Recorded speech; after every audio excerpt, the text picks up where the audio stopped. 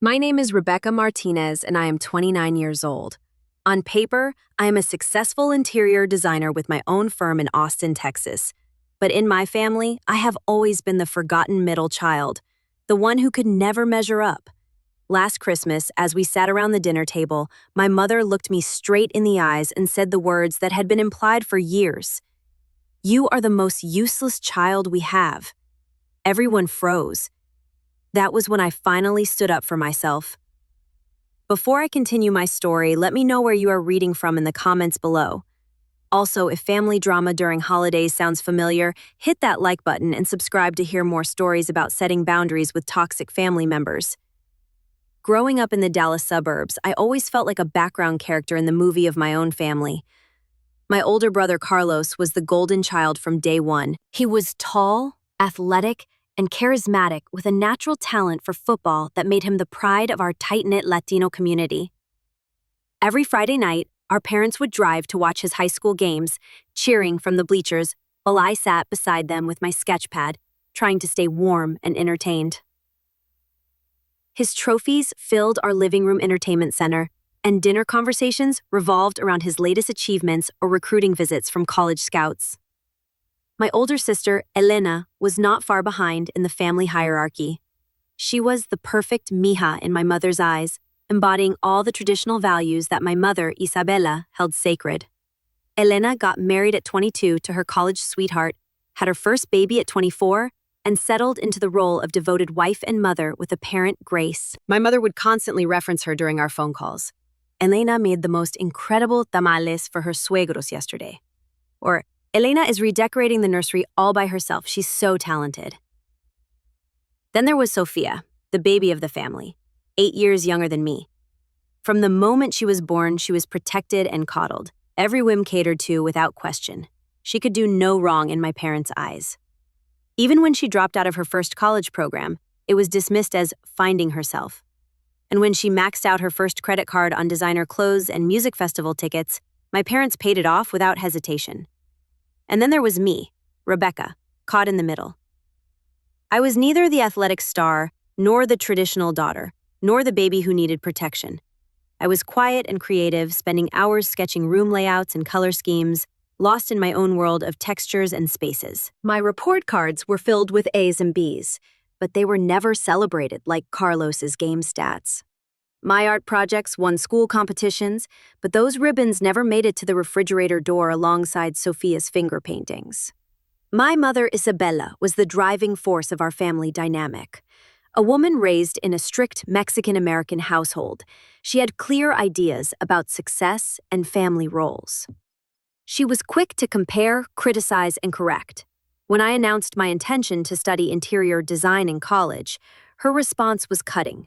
"¿Qué tipo de trabajo real vas a conseguir con eso?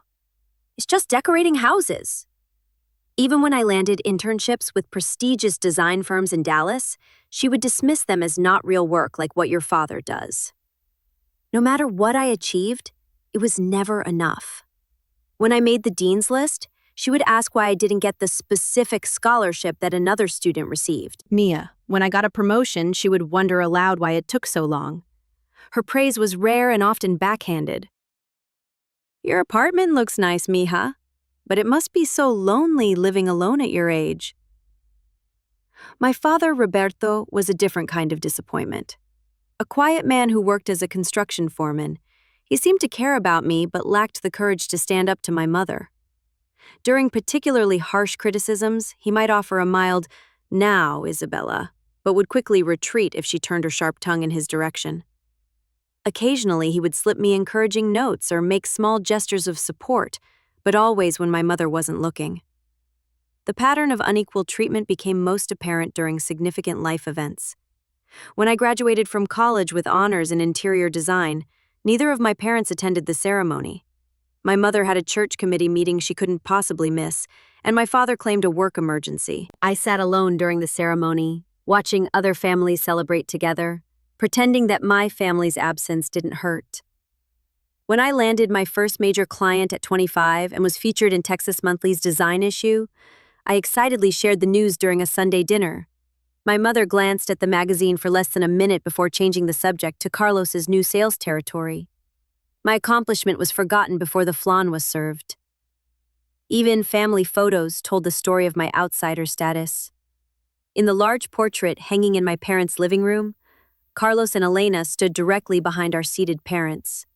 Sophia perched on our mother's lap, while I was positioned slightly to the side, as if I had been added as an afterthought. Year after year, holiday after holiday, the pattern continued. My achievements were minimized, my presence often treated as an inconvenience. Jane family events became exercises in invisibility, where I would help in the kitchen, take photos of everyone else, and listen to stories about my siblings' lives while rarely being asked about my own. Despite all this, some part of me still yearned for their approval, for some acknowledgement that I was a valuable member of the family. I kept showing up, kept trying, kept hoping that someday things would change. But as the years passed, that hope grew thinner, stretched nearly to its breaking point by the time I reached my late 20s. What my family failed to see, or perhaps chose not to see, was that I had built a life I was proud of, piece by careful piece. My career in interior design had not been an easy path, but it had been fulfilling. After graduating from college, I started at a small firm in Dallas, making barely enough to cover rent and student loans in my tiny studio apartment near Deep Ellum. I worked late nights and weekends building my portfolio while taking on freelance projects on the side. The first 2 years were especially tough. I faced rejection after rejection from larger firms and clients who wanted more experience than I had to offer. But I persisted, refining my skills and slowly building a network of contacts in the Texas design community. I started specializing in modern Southwestern design, helping clients blend contemporary aesthetics with traditional regional elements. By my 26th birthday, I had saved enough to rent a small office space in East Austin and officially launched Martinez Design Studio. It was nothing fancy, just a converted warehouse space with high ceilings and enough room for me and eventually 3 part-time employees. But it was mine, built from nothing but hard work and determination. Turning point came when I landed a contract with Lone Star Properties, a regional developer looking to create distinctive interiors for their luxury condominiums. I worked tirelessly on their project, creating designs that honored Texas heritage while appealing to young professionals moving to Austin. The project was a massive success, with units selling 40% faster than comparable properties and earning recognition from the Texas Association of Interior Designers. That success led to others. Within 2 years, my client list included several major Austin developers and dozens of high-end residential projects. I had to move to a larger studio space and hire 6 full-time employees. My work was featured in Southern Living and Architectural Digest, and I was invited to speak at design conferences across the Southwest. My studio was now generating over $600,000 in annual revenue with a reputation for innovative design that respected local culture. Financially, I was more secure than anyone in my family knew. I owned my East Austin townhouse outright, had a substantial retirement account, and maintained a healthy emergency fund. I paid myself a reasonable salary, but reinvested most of the profits back into the business, allowing it to grow steadily year after year. My personal life had also taken shape in ways my family never bothered to learn about. I had been dating Miguel for nearly 4 years, a thoughtful architect I met at a design conference in San Antonio. While we weren't rushing toward marriage, we had built a solid relationship based on mutual respect and shared creative vision. Miguel understood my family situation and provided the emotional support I had always lacked at home. Sabaliza cultivated a close circle of friends who appreciated me for who I was. Maria, my best friend since college, lived just a few blocks away, and we had dinner together at least twice a week. My studio team had become a second family of sorts, celebrating birthdays and achievements together, supporting each other through challenges. I had developed interests and hobbies that brought me joy. I took salsa lessons on Wednesday evenings at a local community center, finding peace in the rhythm and movement. I volunteered monthly at a youth arts program in East Austin, helping kids from immigrant families express themselves through design and creativity. Crimson taken up rock climbing, spending many weekends at local climbing gyms or exploring the limestone cliffs outside the city with Miguel and friends. Yet, despite all these accomplishments and the full life I had created, there remained a hollow ache inside me. Some part of me still longed for my family's approval, for them to see me as I truly was, rather than as the disappointing middle child they had decided I was years ago. This longing led me to continue a pattern of behavior that, in retrospect, only reinforced the dysfunctional dynamic. I became the family's unofficial financial safety net, always ready with my checkbook when emergencies arose. It started small, a loan to my father when his truck needed expensive repairs. Then came help with Sophia's college tuition when my parents claimed they were stretched too thin after paying for her second attempt at finding the right program. The requests increased in frequency and amount over time, especially from my mother, who managed the family finances.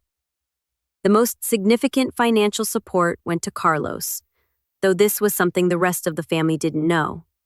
Despite his outward appearance of success, my brother had made a series of poor financial decisions, including failed investments in cryptocurrency and living well beyond his means to maintain his image. 3 years ago, he came to me in desperation, facing potential bankruptcy and the loss of his house.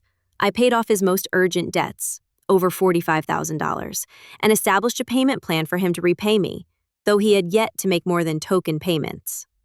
I also contributed substantially to family events, often covering the cost of holiday meals or quinceañera celebrations while letting my parents take credit for the hospitality. All of this assistance was given quietly, without acknowledgement or gratitude. In fact, the more I helped, the more my family seemed to take it for granted that I would be there with my wallet open whenever they needed something. My mother especially seemed to view my financial support not as generosity, but as an obligation, some form of repayment for raising me. The financial dynamic between my family and me had evolved into something increasingly toxic over the years. My mother's calls followed a predictable pattern. She'd start with brief, disinterested questions about my life, barely listening to my responses before sighing deeply and mentioning some financial predicament. "The air conditioning broke again," she would say, or "Your father's insurance doesn't cover his new medication." She never directly asked for money, instead dropping heavy hints until I offered to help, allowing her to maintain the fiction that she hadn't asked. After accepting my assistance, she would quickly dismiss it. "Well, that's what family is for," or more pointedly, "It's the least you can do considering all we did for you growing up." There was never a thank you, never an acknowledgement of the sacrifice or generosity involved.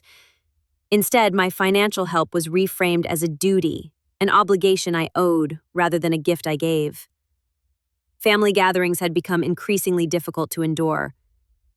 Each holiday or celebration was marked by subtle digs and not-so-subtle comparisons that left me feeling diminished and defensive. Last Thanksgiving had been particularly brutal. Within minutes of arriving at my parents' house, my mother looked me up and down and asked if I had given up on marriage entirely since I had come alone again.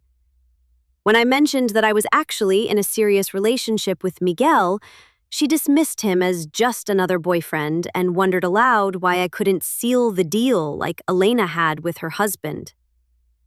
During dinner, as I tried to share news about a major new client my studio had landed, my mother interrupted to ask Elena about her children's soccer schedules. The conversation never returned to my news. Later, as we washed dishes together, my mother remarked that it was probably for the best that I focused on my little decorating business, since I wasn't cut out for motherhood anyway. As the Christmas gathering approached, my anxiety intensified. I considered various excuses to avoid attending, but ultimately decided to go after a long conversation with Miguel. "You need to stand up for yourself, Becca," he said, his voice gentle but firm. "You're not that insecure teenager anymore. You're a successful business owner who deserves respect."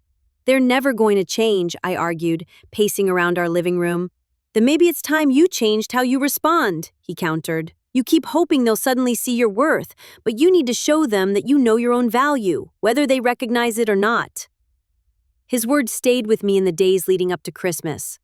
I spent hours selecting thoughtful, expensive gifts for everyone, wrapping them perfectly as if beautiful packaging could somehow make my family appreciate me. The day before Christmas, I received a call from Carlos that would prove to be the final straw. He sounded nervous, his voice lower than usual, as if he was calling from somewhere private. Blackmail? I hate to ask this, especially right now, but I'm in a really tight spot, he began. I closed my eyes, already knowing what was coming. The bank is threatening foreclosure if I don't make a payment by January 2nd. I just need $18,000 to get them off my back until my commission comes through in March. $18,000. It was not an insignificant amount, even with my financial stability. It was money I had been setting aside for potential expansion of my studio. Carlos, that's a lot of money, I said carefully. And you still haven't paid back the last loan. I know, he said quickly. But this is different. This is my house, Becca. And the kids go if we lose it. Please, I'm begging you, and please don't tell Mom and Dad. How they are, they still think I'm killing it. After a long pause, I agreed to transfer the money, adding it to the mental tally I kept of funds that would likely never be repaid. I arrived at my parents' suburban home at precisely 4 p.m. on Christmas Day, the trunk of my car filled with elegantly wrapped gifts. The single-story ranch house looked picture-perfect with multicolored lights outlining the roof and windows, a large wreath on the front door, and luminarias lining the walkway, a nod to our Mexican heritage that my mother insisted on every year. My father answered the door, his eyes crinkling with what seemed like genuine pleasure at seeing me. "Rebecca, mija, you made it," he said, stepping aside to let me in. He was dressed in his Christmas guayabera, the same cream-colored shirt my mother had given him years ago. "Feliz Navidad, Papa," I replied, offering a smile and shifting the packages in my arms so I could give him a quick hug. Inside, the house was warm and filled with the smells of roasting turkey, fresh tortillas, and cinnamon from the churros my mother made every Christmas. The large tree dominated the living room, surrounded by presents already several layers deep. My mother emerged from the kitchen, wiping her hands on an apron embroidered with poinsettias. Her critical gaze swept over me, taking in my designer dress and the armload of packages. "You're finally here," she said, her tones suggesting I was late, though I had arrived exactly at the specified time. "Put those under the tree and come say hello to everyone." Elena brought her famous tres leches cake, and Carlos is telling us about his new territory expansion. The next hour was a whirlwind of strained greetings and forced conversation. Elena, impeccably dressed as always, gave me a quick hug before returning to her story about her youngest daughter's dance recital. Carlos clapped me on the shoulder with his characteristic overconfidence, though I noticed new worry lines around his eyes. When it came time to open gifts, I watched as my carefully selected presents were received with muted appreciation. The expensive leather portfolio I had bought my father earned a polite, "Gracias, mija," though I suspected he didn't realize its actual value. The spa package and designer scarf I had given my mother were briefly admired before being set aside. As we moved to the dining room for dinner, I found myself seated at the far end of the table, opposite from my mother at the head. The symbolism wasn't lost on me.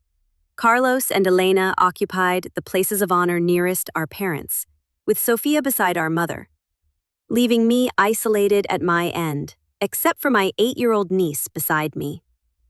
The table was beautifully set with my mother's best china and crystal glasses.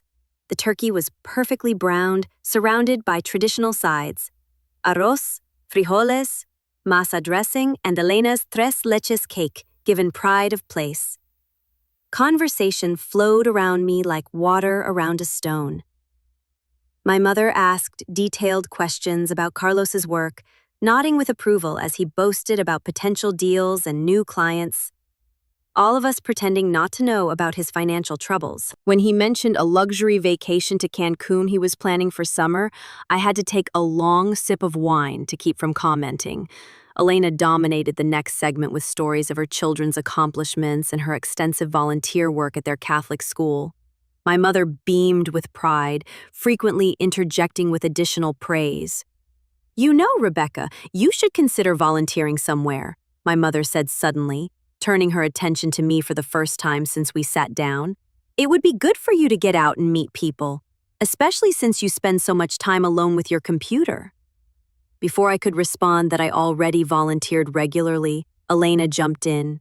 Oh, Mom, you know Rebecca is busy with her design stuff. Not everyone has time for community service. I took another sip of wine, reminding myself of my resolution. Actually, I volunteer twice a month with an arts program for immigrant youth in East Austin, I said, keeping my voice even. And my studio donates design services to several nonprofits annually. There was a brief pause before my mother simply said, "Well, that's nice," and turned to Sophia. "Tell everyone about your new internship, Mija." When there was finally a lull, I decided to share my own news.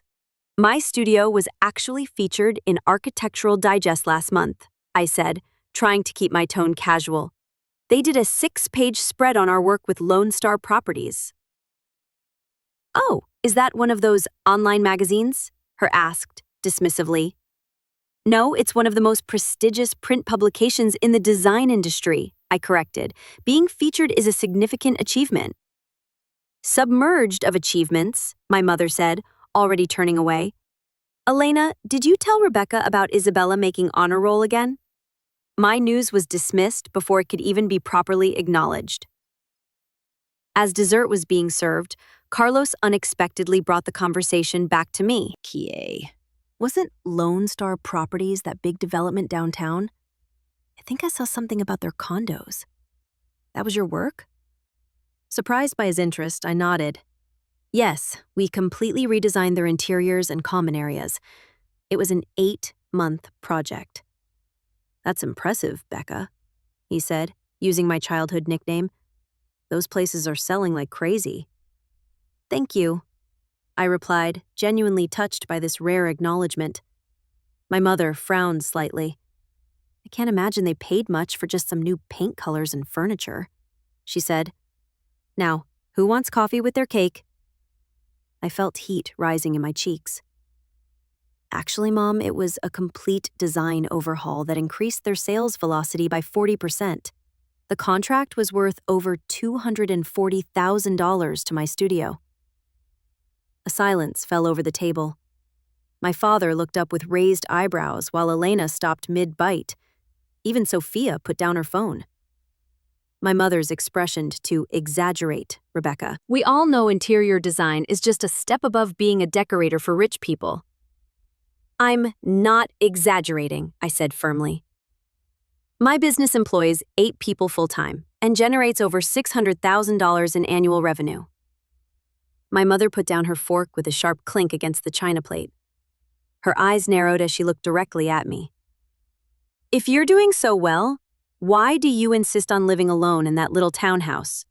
Why aren't you married with a family like your sister?" "Success isn't just about money, Rebecca. And frankly, I've always thought you exaggerate your accomplishments. You've always been our dreamer." Perfectly still, feeling as if I had been slapped.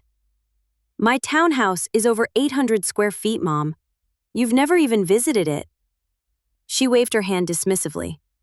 "The point is, at your age, you should have more to show for your life than some drawings and a fancy house.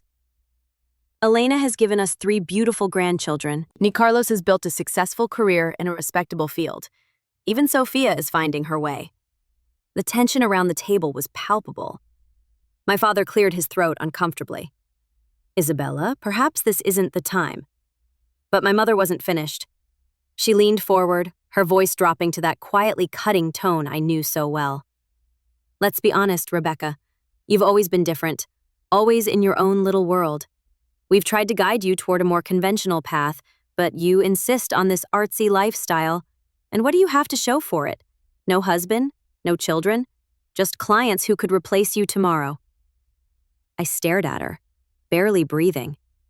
Decades of dismissal and criticism crystallized in that moment into perfect clarity. "The truth is," she continued, her voice now carrying that final judgmental tone, "you are the most useless child we have." The words hung in the air like smoke.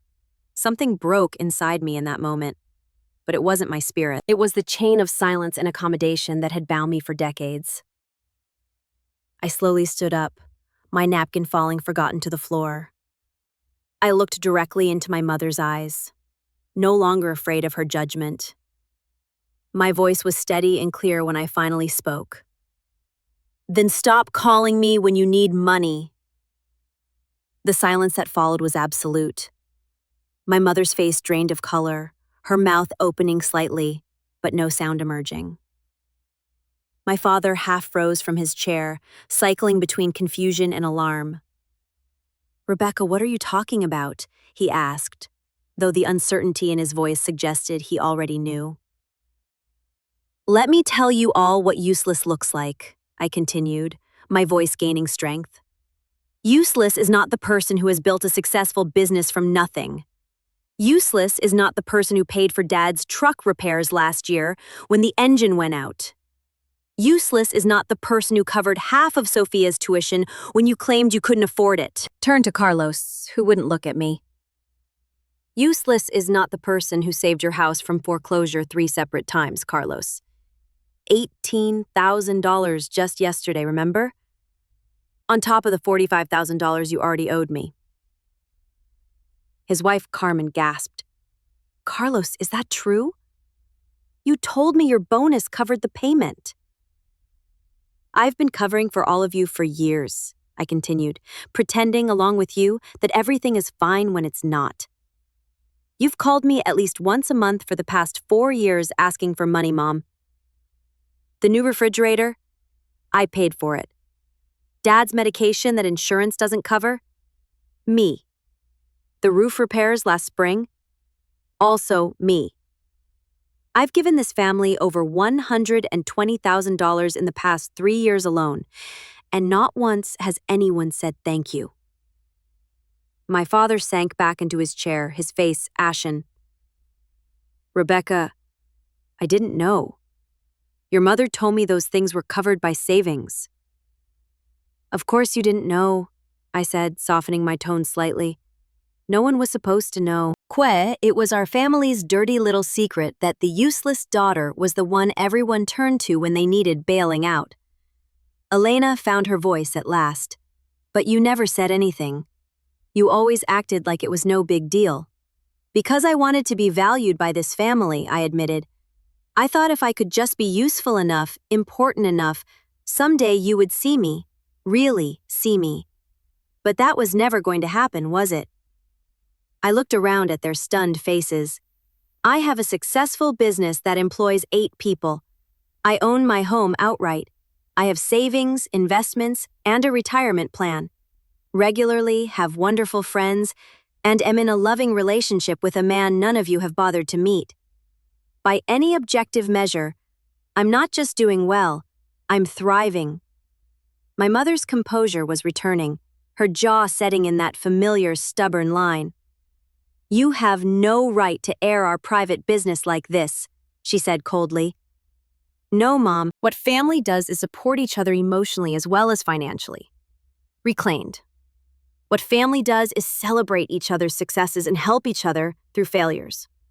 What family does is see each other as we really are, not as who you want us to be." I took a deep breath. "For years I've been trying to earn your approval by being the family fixer. I now realize that was never going to work. You don't want a successful daughter, giant one." Without another word, I walked to the guest room, gathered my overnight bag, and left through the front door, stepping out into the mild Texas evening. In my car, I sat for a moment, letting out a long, shaky breath that seemed to carry years of tension. As I drove away, Christmas lights blurring through my tears, I felt something unexpected, not regret or anger, but a profound sense of freedom. The weeks that followed were a mixture of chaos and clarity. My phone buzzed constantly with calls and messages from family members, each processing the revelation differently. Sophia's messages were the most remorseful, acknowledging how she had taken my support for granted. Carlos sent a bank transfer, $2,000 with the memo "first real payment." My father asked to meet for coffee, away from my mother's influence. When we met at a cafe in downtown Austin, he looked older than I remembered. "I'm proud of you, mija," he said quietly. I should have said that more often. Remained resistant to change, but incremental shifts began occurring in my relationships with other family members. Carlos, facing reality without my safety net, finally had honest conversations with Carmen about their finances. Elena and I began developing a genuine friendship, discovering common ground beyond family dynamics. From January, I began seeing a therapist, Dr. Ramirez, who specialized in family systems. Our sessions helped me understand that my confrontation hadn't created the dysfunction. It had merely exposed what had been there all along. You disrupted the family system by refusing to play your assigned role, she explained. What happens now depends partly on you and partly on them. With Dr. Ramirez's guidance, I established clear boundaries. I would no longer automatically provide financial assistance. I would expect basic respect and acknowledgement of my accomplishments. Most importantly, I would no longer shrink myself to make others comfortable. The process wasn't easy, but incremental progress was made. When Miguel proposed in late spring, I accepted with joy, uncomplicated by worries about family reactions. We planned a small wedding that reflected our values rather than anyone else's expectations. By summer, I had not spoken directly to my mother in 6 months. Through my father, I knew she was still angry about what she called my public humiliation of the family. And while part of me hoped for reconciliation, I had accepted that it might never happen on terms that would be healthy for me. The following Christmas approached with a mixture of anxiety and hope. After much consideration and several sessions with Dr. Attend the family gathering. But with crucial differences. I would stay at a hotel rather than my childhood home. I would bring Miguel, insisting that my partner be included and respected. Most importantly, I would arrive with clear boundaries and the willingness to leave if they were violated. When we arrived at my parents' house on Christmas Eve, the atmosphere was noticeably different. My father greeted us warmly, embracing both Miguel and me with genuine affection. Sophia rushed forward, her face lighting up at the sight of us. Elena offered a sincere smile.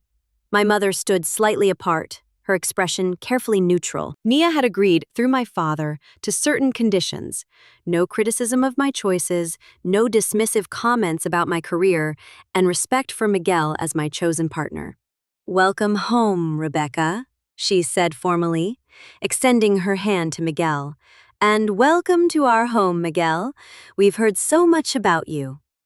It wasn't warm, but it was civil, and at this point, that was enough. The evening progressed with an unusual atmosphere, somewhat awkward but not hostile. When I mentioned a major new client, there were actual questions and congratulations rather than swift changes of subject. When Miguel talked about his architectural work, everyone listened with apparent interest. After dinner, my mother surprised me by asking if I would help her in the kitchen. Wary but willing, I followed her into the room that had always been her domain. For several minutes, we worked in silence. Finally, she spoke, her voice softer than usual. "You look well, Rebecca. Your business must be doing well." "It is," I replied simply. "Thank you for noticing." Another silence stretched between us before she turned to face me fully. "I want you to know that I've been seeing someone. A therapist," she added quickly. "Your father insisted after everything that happened." This was perhaps the last thing I had expected. "That's good to hear." "I don't agree with everything she says," my mother continued, defensiveness creeping back. "But she's made me think about certain things differently, about expectations and control." She straightened a dish towel with unnecessary precision. "About why I needed everyone to fit into certain roles." I remained silent, sensing that interrupting would derail whatever difficult confession she was working toward. "I was raised to believe there was only one right way to live," she said eventually. "College, marriage, children, in that order. Success meant financial stability and social respectability. Anything else was failure." She glanced at me briefly. "Nee, when you chose a different path, I saw it as rejection of everything I valued." "It wasn't rejection, Mom," I said quietly. "It was just me finding my own way. She nodded stiffly. My therapist suggested something similar. That your choices were about you, not about me. A small, humorless laugh escaped her. Apparently, I have a tendency to make everything about me. I'm not going to apologize for wanting what I thought was best for you, she continued, her chin lifting slightly. But I can acknowledge that I was inflexible and said hurtful things I shouldn't have said. It wasn't exactly an apology, but for my mother, it was unprecedented. Thank you for telling me this, I said finally. It means a lot to hear you say that. Your Miguel seems like a good man, she offered, changing the subject. Stable, responsible. He is, I agreed. He's also creative, supportive, and makes me laugh every day. A faint smile touched her lips. Good, that's good. She hesitated, then added, I would like to see your studio sometime, if that would be all right. I would like that, I replied honestly. In the months that followed, this tentative new equilibrium continued to develop. My mother visited my studio as promised, making a visible effort to understand my work. We established a pattern of monthly lunches, sometimes awkward but increasingly genuine. My relationships with my siblings continued to evolve positively. Michael paid back the majority of what he owed me, not just financially but in genuine gratitude. Elena and I discovered shared interests in sustainable design that gave us common ground. Sophia graduated college and even interned at my studio, displaying surprising talent for project management. My father became one of my most vocal supporters, proudly displaying my design awards in his office and introducing me as my daughter, the successful entrepreneur, to his friends. As for me, that year taught me lessons I would carry forward through the rest of my life. I learned that speaking your truth, however difficult, is ultimately less painful than living a lie. I learned that real love doesn't require you to diminish yourself to accommodate others' insecurities. I learned that family bonds can be renegotiated and redefined as we grow and change. Perhaps most importantly, I learned that sometimes you have to break old patterns to create space for new ones. That confrontation, though terrifying in the moment, was necessary to disrupt the dysfunctional system we had all been trapped in for decades. Looking around the table at the next Christmas dinner, held at my townhouse with everyone contributing dishes and conversation, I felt a profound sense of peace. The family before me wasn't perfect. We still had our tensions, our misunderstandings, our moments of falling back into old habits. But we were trying, all of us in our different ways, to create something healthier than what we had before. My mother caught my eye from across the table and offered a small, genuine smile that would have been unimaginable a year earlier. In that moment, I understood that sometimes we must risk losing family as we have known it, to gain family as it could be. That sometimes the most loving thing we can do is to stop accepting the unacceptable, even when doing so feels like betrayal. As I raised my glass to toast the holiday, I looked at the faces of those I had fought so hard to be seen by, and I realized the most important recognition had come from within myself. The journey had never really been about gaining their approval, but about claiming my own worth, about standing firmly in the knowledge of who I was, regardless of who others thought I should be. Have you ever had to stand up to family members who couldn't see your true worth? How did you handle it? And what boundaries did you set to protect your self-respect? I would love to hear your stories in the comments below. Underestimated with you, please hit the like button and subscribe to hear more authentic stories about family dynamics and personal growth. Thank you for reading, and remember, sometimes the bravest thing you can do is simply to be yourself, unapologetically and completely.